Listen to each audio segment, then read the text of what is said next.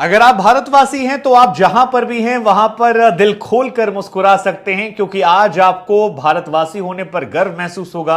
भारत ने, हिंदुस्तान ने, हमने चंद्र विजय कर ली है।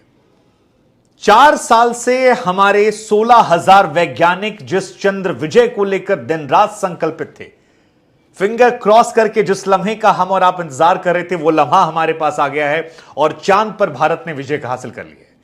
भारत ने चांद पर तिरंगा लहरा दिया है, अशोक स्तंभ लहरा दिया है और चांद पर हम पहुंच गए हैं। साउथ पोल पर अब तक कोई नहीं पहुंचा था, वहां पहुंचने वाले हम दुनिया के पहले देश बन गए हैं। यह अपने आप में खास है, ऐतिहासिक है। अमेरिका, चीन और रशिया के बाद दुनिया में हम सिर्फ चौथे देश हैं जिसने ये किया है और इसका असर यह होने वाला है कि चांद अब सिर्फ हमारे मामा नहीं रह गए। वो मामा जिन्हें हम दूर से देख कहते थे चंदा मामा आएंगे, अब चंदा मामा आएंगे नहीं, हम लोग चांद पर जाएंगे।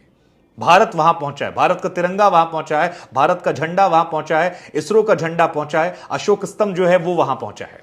अब चांद की तरफ देखकर सिर्फ छन्नी से आप चांद को निहारेंगे नहीं, बल्कि अपने देश का जो उज्जवल भविष्य है वो भी चांद को यहीं से देखेंगे। और चांद के जरिए जब चंद्रयान हमारा वहां पहुंचा है तो दुनिया में हमारा परचम जो है इस ऐतिहासिक दिन लिखा जाएगा। स्वर्णिम अक्षरों में भारत का नाम जो है वो हमेशा के लिए आज दर्ज हो गया है। कमाल है यार। चंद्रयान हमारा जैसे ही पहुंचा, प्रधानमंत्री भी आ गए। आज प्रधानमंत्री के चेहरे पर भी जो एक्साइटमेंट है वो अलग लेवल से देखने को मिली, लेकिन पॉलिटिक्स को हम साइड में रखते हैं यार।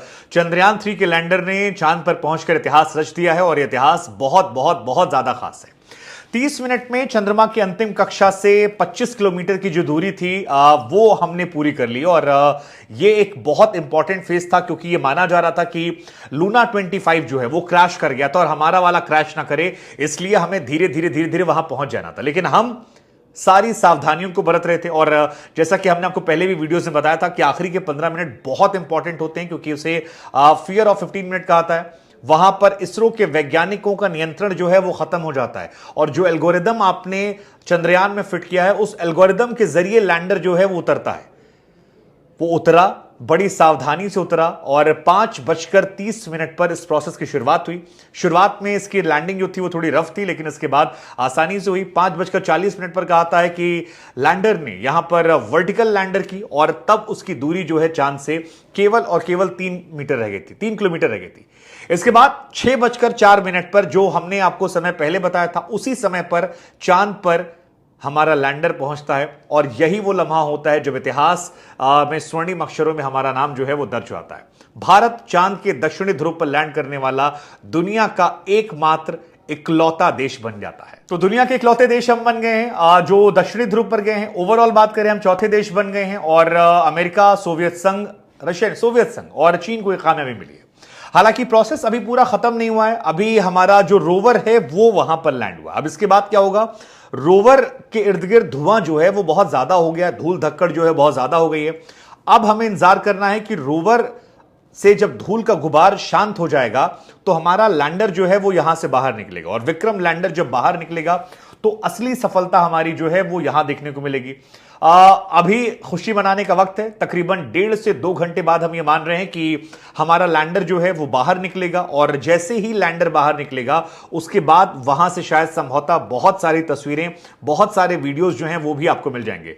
विक्रम और प्रज्ञान जो है रोवर, ये एक दूसरे की तमाम फोटोज खींचेंगे और जैसे ही फोटोज आएंगे मुझे लगता है धरती पर आते ही वो वायरल हो जाएंगी। कमाल है यार ये, क्योंकि इस इतिहास को बनाने में हम दूसरे नंबर पर हो सकते थे। रशिया जो है वो उतरने वाला था, 21 अगस्त को रशिया की लैंडिंग यहां होनी थी। लूना 25 47 ईयर्स बाद यहां जा रहा था, लेकिन वो पहुंचता, वो जाता, उससे पहले इतिहास जो है बदल गया और आखिरी समय ऑर्बिट से वो बदल गया। चांद की सतह पर जाकर वो क्रैश हो जाता है और हमारा जो लैंडर है वो फिलहाल पहुंच गया। सिर्फ 1.5 घंटे का वक्त है। उसके बाद हम जो है वहां से तस्वीरें, फोटोज लगातार देखेंगे, शेयर करेंगे। और यार, तो किसी की हार किसी की जीत बनती है। रशिया अगर 21 को पहुंचता तो शायद हम जश्न नहीं मनाते, अब हम जश्न मना रहे हैं तो वो भटके भटके नजर आ रहे हैं। लेकिन 14 जुलाई को 3:35 पर जो शुरुआत हुई थी उसके बाद 41 दिनों का समय लग गया और धरती से चांद की कुल दूरी जो है वो 3,84,000 किलोमीटर है। अब सवाल आपके मन में होगा कि इसके बाद क्या होने वाला है। तो डस्ट सेटल होने के बाद विक्रम लागू होगा, वो कम्युनिकेट करेगा। इसके बाद रैम खुलेगा, प्रज्ञान रोवर जो है वो रैम से चांद की सतह पर आएगा। फिर चांद की मिट्टी पर अशोक स्तंभ और इसरो की छाप जो है वो छूट जाएगी और इसके बाद फोटोज खींचकर इंडिया जो है वो वहां आ जाएंगी और हमारा दोस्ताना जो है चांद से वो काफी ज्यादा बढ़ जाएगा।